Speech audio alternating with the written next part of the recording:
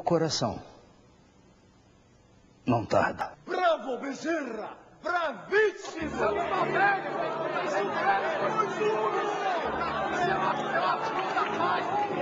O que foi, senhora? O que aconteceu? Senhor, o senhor precisa me ajudar. A minha filha está muito doente em casa. Quando eu cheguei, ela já não tinha mais nenhuma força. Que os bons espíritos o acompanhem, Senhor. Ele é um exemplo para todos nós espíritas, com a abnegação dele, a dedicação dele, o amor que ele deixou, que ele deu exemplo, né, de dedicação, de confiança em Deus, em Jesus, no plano espiritual. Atualmente é um espírito de extrema luz, que não precisaria estar entre nós, mas que nos socorre todos os dias. Foi maravilhoso, né, para nós todos. Eu me espelho muito nele, né? Peço, quando tenho um problema, assim, eu gosto de me comunicar com ele, né? Ai, Bezerra de Menezes é tudo de bom. Ele nos traz muito ensinamento. Quando ele esteve aqui entre nós, já foi maravilhoso. E agora, através de todos os médios que ele passa essas mensagens, livros, então é muito aprendizado, é tudo de bom.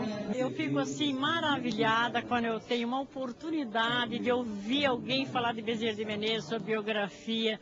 Aí eu me sinto tão pequena diante de uma grandeza tão bonita, né? Só me causa profunda admiração, eu o venero. Esse é Bezerra de Menezes. Traga, meu irmão, um só ser desventurado que o materialismo tenha tirado do cipó de sofrimentos neste planeta de expiação. E nós, espíritas, aceitaremos o rapto. Divaldo, no meio espírita, comenta-se muito a respeito das vidas pregressas do Dr. Bezerra, como se isso fosse realmente mais significativo do que a própria encarnação como Bezerra. O que você poderia nos comentar a respeito dessas afirmações?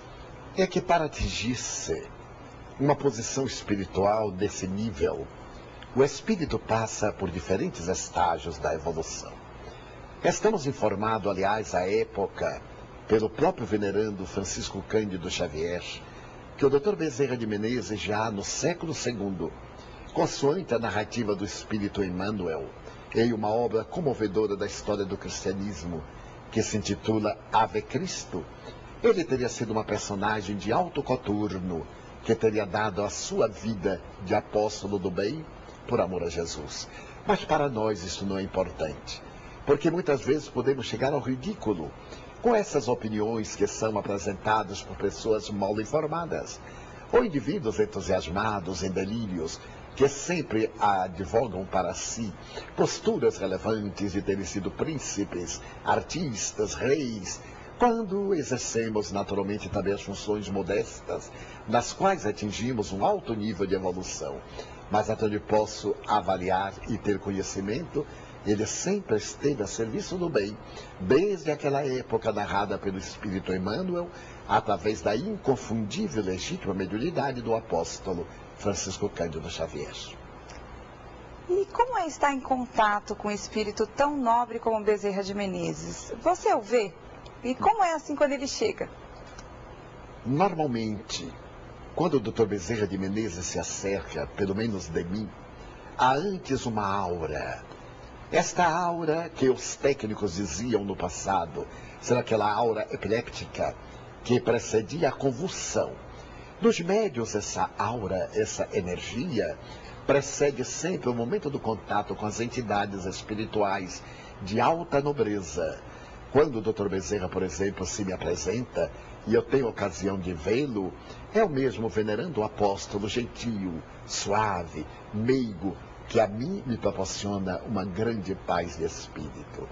É uma estranha emoção profunda, em que as coisas perdem o significado, para somente os objetivos essenciais da vida terem sentido.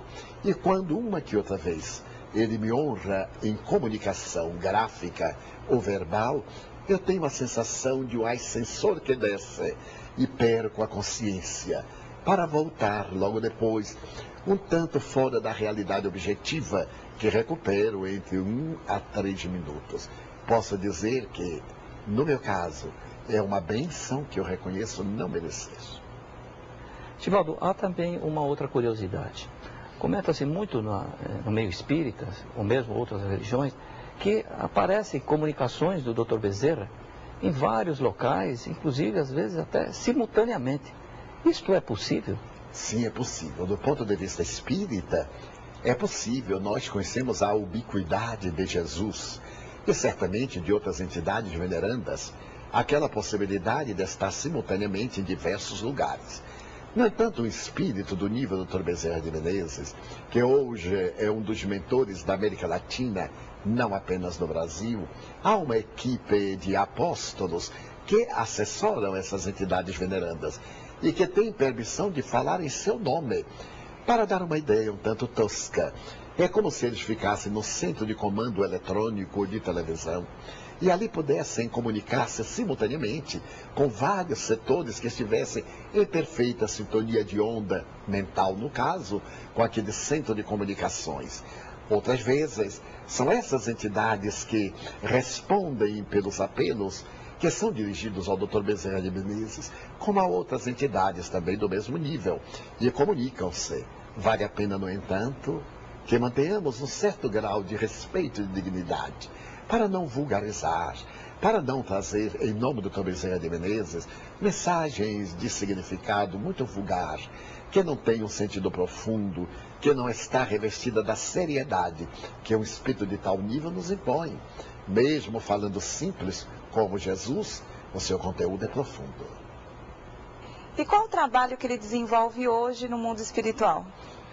Essas entidades venerandas, gosto muito de classificá-las desta forma, realizam atividades transcendentais que nos escapam na forma material.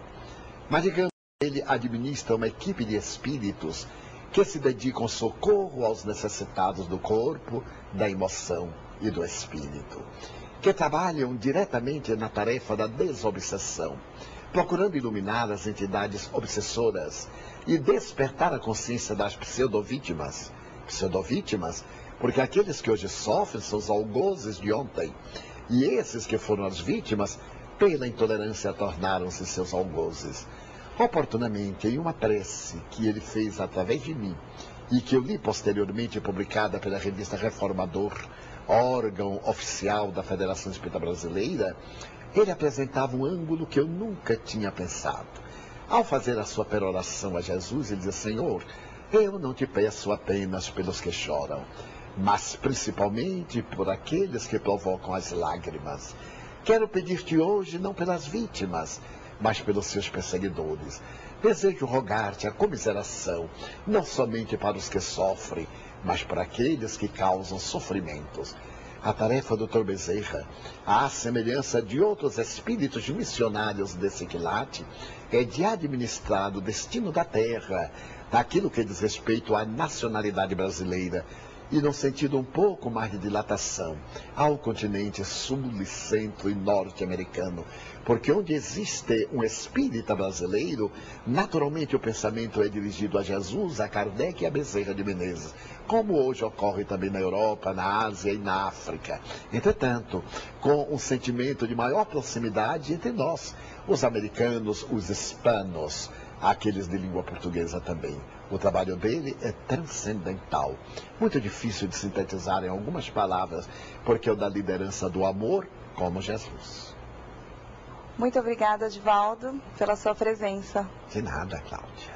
Obrigada, Dejair. Muito obrigado, Divaldo.